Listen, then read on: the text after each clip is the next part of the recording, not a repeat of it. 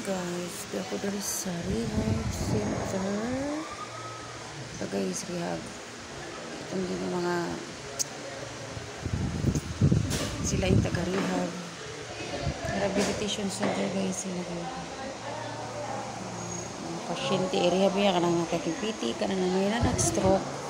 Sila ang mag-PT guys. So, lang i-assist pag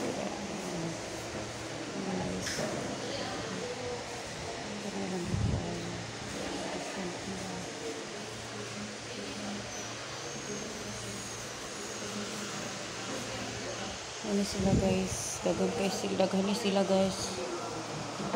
Ano sila, daghan ni sila. Daghan ni sila. PT.